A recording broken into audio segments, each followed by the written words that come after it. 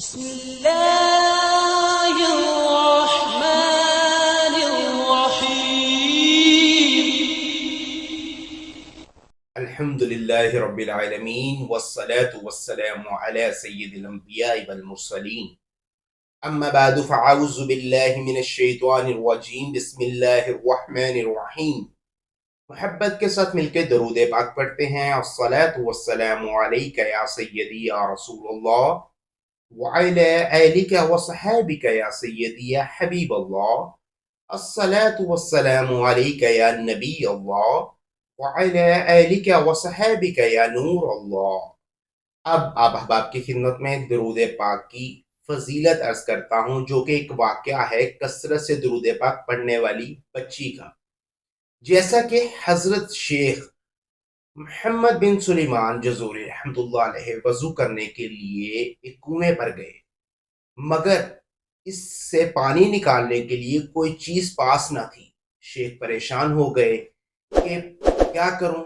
اتنے میں ایک اونچے مقام سے بچی نے دیکھا تو کہنے لگی، یا شیخ آپ وہی ہیں نا جن کی نیکیوں کا بڑا چرچا ہے، اس کے باوجود آپ پریشان ہیں کہ کنویں سے پانی کس طرح نکالوں. پھر اس بچی نے کنویں میں اپنا لعاب یعنی تھوک ڈال دیا. تھوڑی ہی دیر میں کنویں کا پانی بھرنا شروع ہو گیا، حتیٰ کہ کنویں سے نکل کر پانی زمین پر بہنے لگا. شیخ نے وضو کیا اور اس بچی سے کہنے لگے، تمہیں قسم دے کر پوچھتا ہوں تم نے یہ مرتبہ کیسے حاصل کیا؟ اس بچی نے جواب دیا، میں رسول کریم رؤوف الرحیم صلی اللہ علیہ وآلہ وسلم پر کثرت سے درود پاک پڑھتی ہوں. یہ سن کر حضرت شیخ سلیمان جزوری رحمۃ اللہ علیہ نے قسم کھائی، میں دربار رسالت میں پیش کرنے کے لیے درود و سلام کی کتاب ضرور لکھوں گا. صلو علی الحبیب صلی اللہ تعالی علی محمد صلی اللہ علیہ وآلہ وسلم. درود پاک کی بے شمار فضیلتیں ہیں، درود پاک کی بے شمار برکتیں ہیں. درود پاک جو شخص محبت کے ساتھ کثرت سے پڑھتا ہے، اللہ تبارک و تعالی اس کی تمام نیک دلی حاجات پوری کر دیتا ہے. اور جو شخص محبت کے ساتھ کثرت سے درود پاک پڑھتا ہے، اللہ تبارک و تعالی اس کو وہ مقام و مرتبہ عطا فرماتا ہے کہ اس کے ذہن و گمان میں بھی نہیں ہوتا. اور درود پاک کی برکت سے غربت کا خاتمہ ہوتا ہے، اور درود پاک کی برکت سے تمام نیک دلی حاجات پوری ہوتی ہیں. درود پاک کی برکت سے پریشانیاں دور ہوتی ہیں، مصیبتیں دور ہوتی ہیں اور گناہ بخش دیے جاتے ہیں. صلو علی الحبیب صلی اللہ تعالی علی محمد صلی اللہ علیہ وآلہ وسلم. جو درود پاک کی جو آج آپ احباب کے سامنے فضیلت عرض کی گئی، تو اس فضیلت سے ہمیں معلوم یہ ہوا کہ ایک چھوٹی معصوم بچی نے اتنا مرتبہ حاصل کر لیا کہ اس نے اپنا لعاب یعنی تھوک کنویں میں ڈالا. کنویں کا پانی نیچے تھا، اور جب اس نے اپنا لعاب کنویں میں ڈالا تو کچھ ہی دیر میں اس لعاب سے پانی اس اونچائی پر آ گیا کہ کنویں سے پانی باہر نکلنے لگ پڑا اور زمین پر گرنے لگ پڑا. درود پاک کی یہ فضیلت ہے، درود پاک کی یہ برکت ہے. تو تمام احباب سے گزارش ہے کہ خود کو کثرت سے درود پاک پڑھنے والا بنا لیں. انشاءاللہ عزوجل اللہ تبارک و تعالیٰ کے حکم سے آپ کو وہ مرتبہ مقام ملے گا کہ آپ سوچ بھی نہیں سکتے. اللہ تبارک و تعالیٰ سے دعا ہے کہ اللہ تبارک و تعالیٰ ہمیں کثرت سے درود پاک پڑھنے کی توفیق عطا فرمائے. آمین یا رب العالمین. آج آپ احباب کے سامنے جس موضوع پر میں بات کرنے جا رہا ہوں، یہ موضوع بہت اہم ہے. ہر دوسرا شخص اس مسئلے سے گزر رہا ہے کہ رزق کی تنگی بہت زیادہ ہے. جیسے جیسے دن گزرتے جا رہے ہیں، حالات تنگ ہوتے جا رہے ہیں.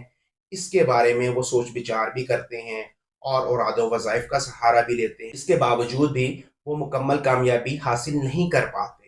میں جس موضوع پر بات کرنے جا رہا ہوں وہ یہ ہے کہ رزق کی تنگی کی وجوہات کیا کیا ہیں. ہم اوراد و وظائف تو کرتے ہیں، کوششیں بھی کرتے ہیں، لیکن اس کے باوجود اگر رزق کی تنگی دور نہیں ہو رہی تو ہمیں اس کے بارے میں سوچ و بچار کرنا چاہیے کہ کیا وجوہات ہو سکتی ہیں. اور یہ وجوہات ہماری آسانی کے لیے، ہمیں سمجھانے کے لیے میرے پیر و مرشد امیر اہل سنت حضرت علامہ مولانا ابو بلال محمد الیاس عطار قادری دامت برکاتہم عالیہ نے رزق کی تنگی کی جو وجوہات بیان فرمائی ہیں، وہ 14 وجوہات ہیں، وہ اب آپ کے سامنے پیش کرتا ہوں انشاءاللہ عز و جل۔ اللہ تبارک و تعالیٰ کے حکم سے ان کا بہت زیادہ آپ کو فائدہ ہوگا۔ یہ جو وجوہات امیر اہل سنت نے بتائی ہیں، اگر یہ ہم کر رہے ہیں تو اس سے اجتناب کریں گے، انشاءاللہ عز و جل اللہ تبارک و تعالیٰ کے حکم سے رزق میں برکت ہوگی۔ اب آپ کے سامنے امیر اہل سنت حضرت علامہ مولانا ابو بلال محمد الیاس عطار قادری دامت برکاتہم عالیہ کی 14 جو وجوہات انہوں نے بیان فرمائی، وہ آپ کے سامنے پیش کرتا ہوں۔ وہ کون سی وجوہات ہیں جن کی وجہ سے رزق میں تنگی آتی ہے؟ اس کی 14 وجوہات آپ کے سامنے پیش کرتا ہوں۔ پہلی وجہ جو ہے، بغیر ہاتھ دھوئے کھانا کھانا۔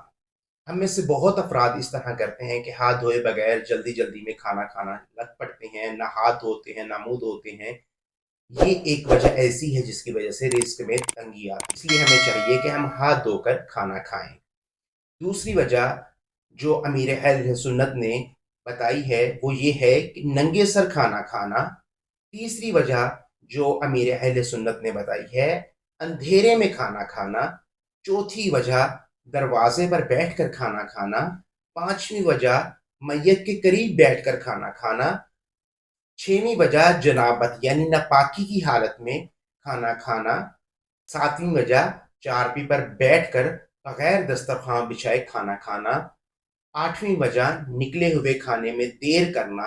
نویں وجہ چارپائی پر خود سرہانے والی سائڈ پر بیٹھ جانا اور کھانے کو پاؤں والی سائڈ پر رکھنا اور وہاں پر کھانا کھانا۔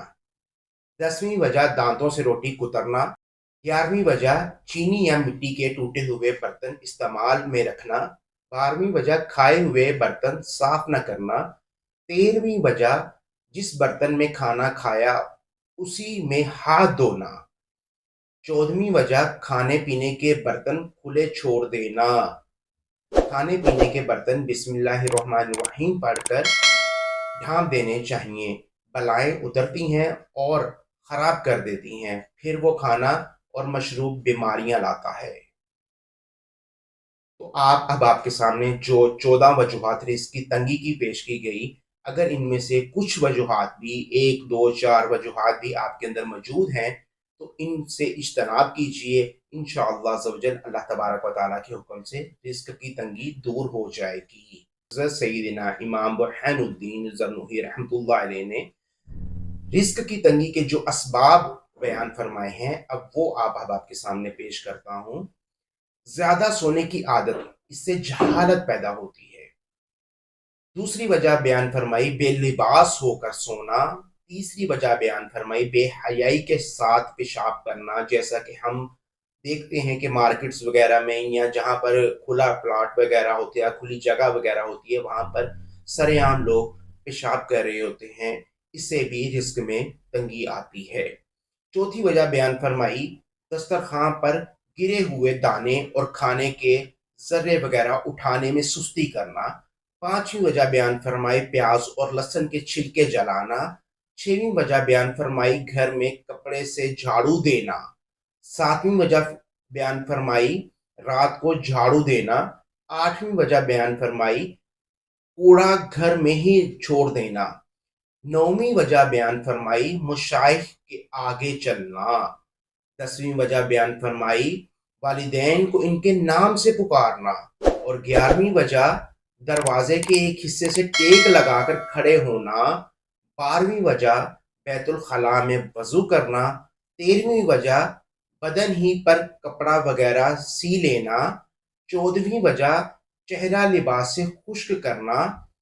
15ویں وجہ گھر میں مکڑی کے جالے لگے رہنے دینا۔ 16ویں وجہ نماز میں سستی کرنا۔ 17ویں وجہ نماز فجر کے بعد مسجد سے جلدی نکل جانا۔ 18ویں وجہ صبح سویرے بازار جانا۔ 19ویں وجہ دیر گئے بازار سے واپس آنا۔ 20ویں وجہ اپنی اولاد کو بددعائیں دینا۔ 21ویں وجہ گناہ کرنا، خصوصاً جھوٹ بولنا۔ سوچیں کہ ہم یہ گناہ دن میں کتنی مرتبہ کرتے ہیں۔ اللہ تبارک و تعالی ہمیں جھوٹ جیسی گندی بیماری سے، گندی عادت سے چھٹکارا عطا فرمائے۔ 22ویں وجہ چراغ کو پھونک مار کر بجھا دینا۔ 23ویں وجہ ٹوٹی ہوئی کنگھی استعمال کرنا۔ ماں باپ کے لیے دعائے خیر نہ کرنا۔ 25ویں وجہ امامہ بیٹھ کر باندھنا۔ 26ویں وجہ پجامہ یا شلوار کھڑے ہو کر پہننا۔ آپ کے سامنے 26 وجوہات یہ بیان کی گئی جو کہ حضرت سیدنا امام برہان الدین ذرنوحی رحمۃ اللہ علیہ نے بیان فرمائی، رزق کی تنگی کی وجوہات۔ اور اس سے پہلے میرے پیر و مرشد امیر اہل سنت حضرت علامہ مولانا ابو بلال محمد الیاس ستار قادری دامت برکاتہم عالیہ نے 14 وجوہات بیان فرمائی، وہ بھی آپ کے سامنے پیش کی گئی۔ 14 وجوہات یہ ہیں، 26 وجوہات وہ ہیں۔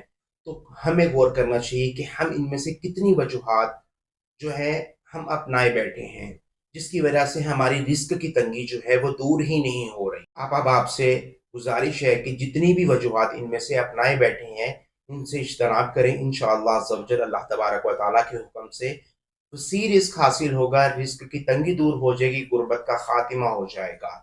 اب آپ کے سامنے رزق کی وسعت کے لیے ایک مجرب عمل، ایک نایاب وظیفہ عرض کرتا ہوں۔ انشاءاللہ عز و جل اس عمل کی برکت سے رزق میں وسعت ہوگی۔ وہ عمل کیا ہے، کرنا کیسے ہے، وہ اب آپ کے سامنے عرض کرتا ہوں۔ کرنا یہ ہے کہ ہر فرض نماز کے بعد، یعنی جب آپ نماز فجر، نماز ظہر، نماز عصر، نماز عشاء ادا کریں، ہر فرض نماز کے بعد آپ نے 100 مرتبہ، اول و آخر 3 مرتبہ درود پاک اور 100 مرتبہ درمیان میں یا ذوالجلال والاکرام پڑھنا ہے۔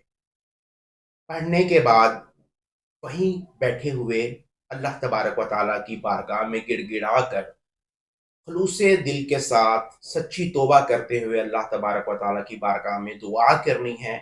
انشاءاللہ عز و جل کچھ ہی دنوں کی اس عمل کی برکت سے رزق کے دروازے کھل جائیں گے، رزق میں وسعت ہوگی اور اللہ تبارک و تعالیٰ کرم فرمائے گا اور غربت کا خاتمہ ہو جائے گا۔ تمام احباب سے گزارش ہے، جو پہلے تمام رزق کی تنگی کی وجوہات بیان فرمائی گئی، اگر ان میں سے وجوہات آپ کچھ اپنائے بیٹھے ہیں تو ان وجوہات سے اجتناب کریں، اور جو آپ کے سامنے وظیفہ عرض کیا گیا اس پر عمل کریں۔ انشاءاللہ عز و جل اللہ تبارک و تعالیٰ کے حکم سے اللہ پاک غیب کے خزانوں سے آپ کی مدد فرمائے گا اور رزق میں وسعت ہو جائے گی۔ جو احباب اس چینل پر نئے ہیں ان تمام احباب سے گزارش ہے کہ اس چینل کو سبسکرائب کر لیں، بیل آئیکن کو پریس کر دیں تاکہ ہر آنے والی ویڈیو آپ احباب تک بآسانی پہنچ سکے۔ اور جو احباب مجھ سے رابطہ کرنا چاہتے ہیں، استخارہ کروانا چاہتے ہیں، وہ کمنٹ میں رابطہ کر سکتے ہیں۔ انشاءاللہ عز و جل ان کو جلد از جلد رپلائی دیا جائے گا، ان سے رابطہ کیا جائے گا۔ السلام علیکم ورحمۃ اللہ وبرکاتہ۔